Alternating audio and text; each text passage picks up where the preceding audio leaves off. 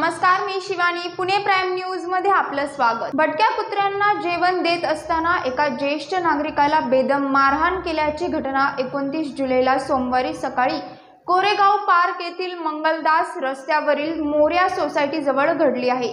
या घटनेचा व्हिडिओ सध्या सोशल मीडियावर चांगलाच व्हायरल होत आहे.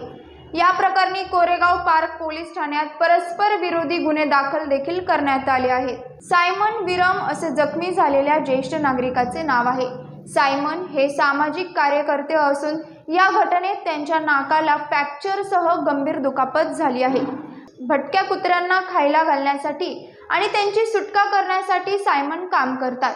श्रीकांत गायकवाड असे गुन्हा दाखल झालेल्या संशयिताचे नाव आहे. अतुर पार्क मधील एका रहिवाशाने ही घटना पाहिली आणि त्यांनी तातडीने पोलिसांना बोलावले.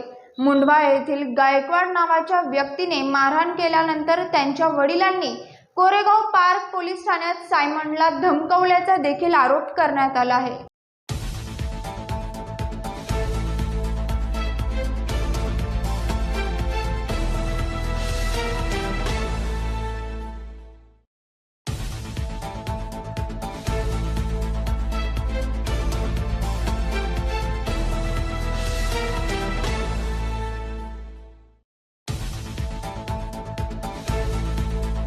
पाहत रहा पुणे प्राइम न्यूज.